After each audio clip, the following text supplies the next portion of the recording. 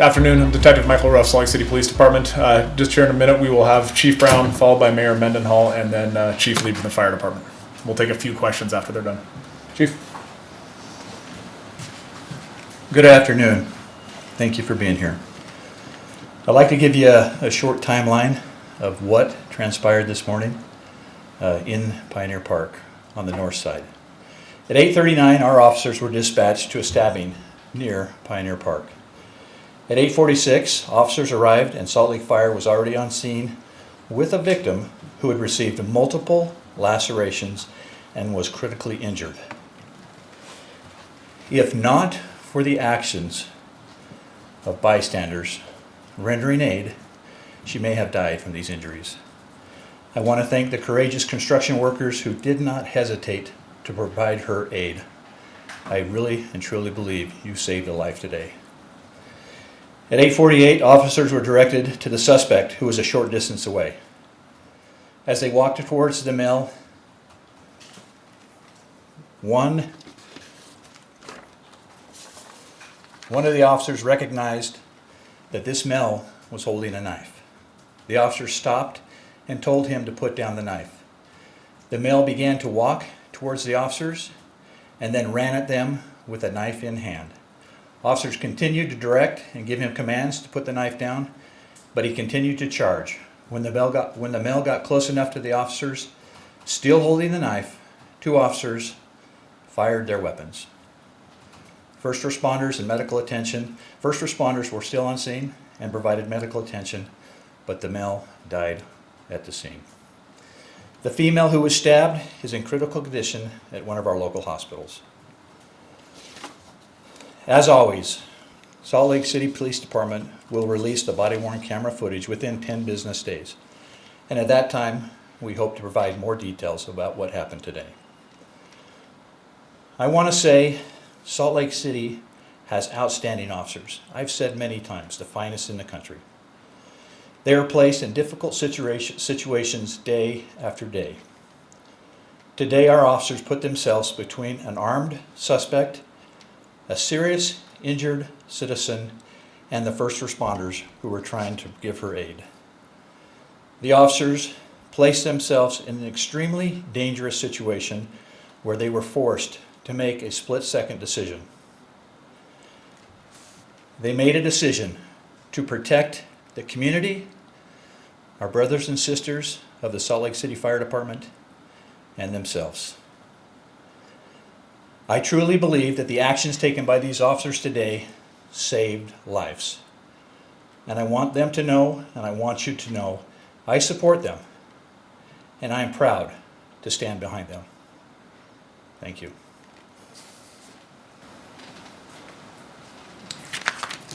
Of course, the critical incident that happened this morning is still being investigated per the process that's required by Utah State Code. So I am limited in what I can say, as are both of our chiefs. But I'm grateful right now that the female victim is stable in the hospital. She was aided by bystanders until Salt Lake City Fire Department quickly arrived, and she was quickly treated by those first responders. My heart goes out to this woman and her friends and her family. She was stabbed somewhere that everyone deserves to feel safe, in one of our city parks. And the safety of the people of Salt Lake City is my number one priority. I'm committed to doing everything that I can as mayor to make sure our city is as safe as it can be and safer each day. I also want to acknowledge our officers of the Salt Lake City Police Department and our city's fire department. Today, our officers were faced with making a call that no officer ever wants to make. But ultimately, after reviewing the footage myself of the incident, I believe this was a choice that they had to make in order to ensure the safety of the victim, of our firefighters who were rendering aid, to the bystanders, and to themselves. I'm relieved that our officers are safe, our fire department firefighters are safe, and I'm grateful to them for making sure that this morning no one else was harmed. What I saw was an example of excellent policing under threatening and terrible circumstances. Our firefighters were the first responders on the scene this morning, And they did what we ask our firefighters to do every day, which is go toward a dangerous situation. And in this instance, they did so initially without any police support because this woman was in dire need of assistance. Your bravery and your actions are commendable, and I'm grateful for you. Finally, I want to just take a moment to recognize the members of our public who likely played a key role in saving her life as they rendered care before our fire department arrived on the scene. Today, you made a difference. You saved the life of a woman, and you're an example of the greatness and the humanitarianism that exists in our capital city. Thank you. I'll turn it over to Chief Lieb.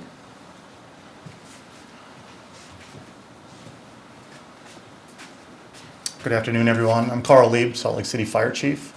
I want to give you a brief timetable of the events from an EMS perspective. At approximately 8:40 this morning, we received a call of an adult stabbing victim in the northwest region of Pioneer Park. We dispatched a medic engine to that scene. They arrived within approximately 4.5 minutes. They immediately identified the victim in the park lying on the ground. There were some civilians, I believe, as the mayor and the chief stated, some construction workers rendering aid already. We made the decision to go into that scene immediately with police following shortly behind us and started treating that adult female for stab wounds. She had an arterial injury to her arm and also an abdominal injury at that time. So we stabilized that individual. Her injuries were serious, critical. She was loaded into an ambulance, and at about that time, our firefighters heard gunshot wounds, approximately 100 yards from the ambulance location.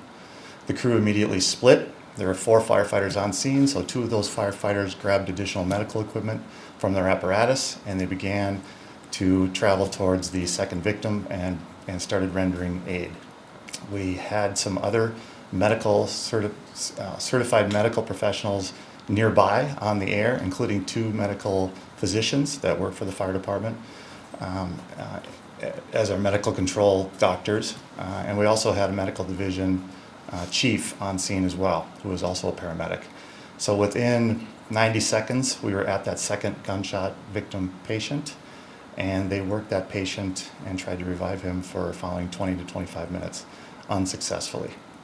He suffered from traumatic cardiac arrest. We were unable to save him, and he expired on scene. This is obviously an unfortunate incident, but I am proud of the fire department's response, obviously in collaboration with our partners on the police side. But sometimes it's just unfortunate. Questions, I think? Do we believe, are we confirming that the man who was shot is the same suspect who stabbed the woman? Who did you mention West Valley?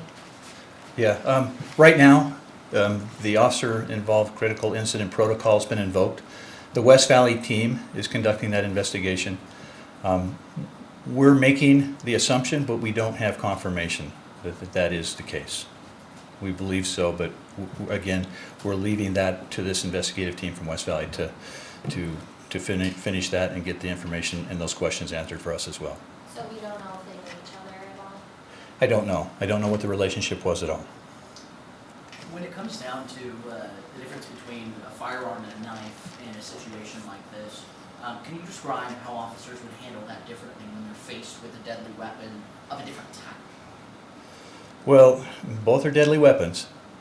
A lot of it has to do with how close and the proximity of the individual with that knife. And like the mayor said, I've looked at this video as well. I believe these officers did everything they could possibly do to prevent this from happening, to de-escalate, but their actions were, I feel, very much in line with our training. I think they exercised great judgment, and their ability to make a split-second decision, I think, is impeccable. Chief, you said that the man with the knife was charging. What do you mean charging? Was he running at the officers? What was going on? You know, those are details we'll probably get. But yeah, as I said, and I've looked at the video, it appears that it was a full stride run. Where was he shot and how many was That I don't know. Mayor, you were here today, and I think your presence presence is notable. We have not had briefings with Salt Lake City chief executives in this meeting often. Is it now your policy to weigh in on police shootings soon after they happen and in this forum? No, this isn't unusual. I don't think you've participated in some of those past briefings, but it's not unusual that I attend the OICI briefings in this room immediately after they happen. Broadening this out a little bit, this is the first OICI in Salt Lake City specifically since I believe last September. When it comes down to the fact that we really haven't had many of those, what does that show for the department, for the city, and for our safety? I'll start that in the last 6 months, we have seen a 15% decrease in officer-involved critical incidents, which is since basically the implementation and training of our reforms, police reforms in the department. So it's really a matter, we're in the capital city, officer-involved critical incidents will happen, they do happen, but we're grateful that we've been seeing a decrease. And as a layman, what I've seen in this video shows, as I said, exceptional policing under terrible circumstances. I don't know if you want to say anything about the time gap. You know, our officers have worked really hard over the last year. This is not unusual. Our officers over the course of the last year have done this in the dark of night, in the day, many times unseen by anybody. So it doesn't surprise me that we haven't had a situation like this, but you need to remember, we can only do so much. The other individual that's a party to these type of situations has to be cooperative, or they actually have, they have some ability to dictate the outcome. I have one last question, if you could. So KSL TV found out that this is a homeless woman that was stabbed.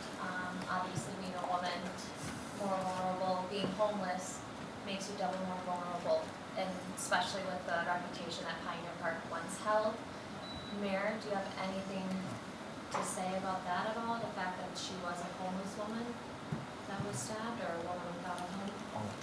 We don't actually have that information yet, so that's news. The information that we don't have as West Valley or in the protocol team 3 is taking the investigation of both the stabbing and the officer-involved critical incident. So that's information that we're not aware of, we won't be aware of until they finish that investigation. So, anything you want to add?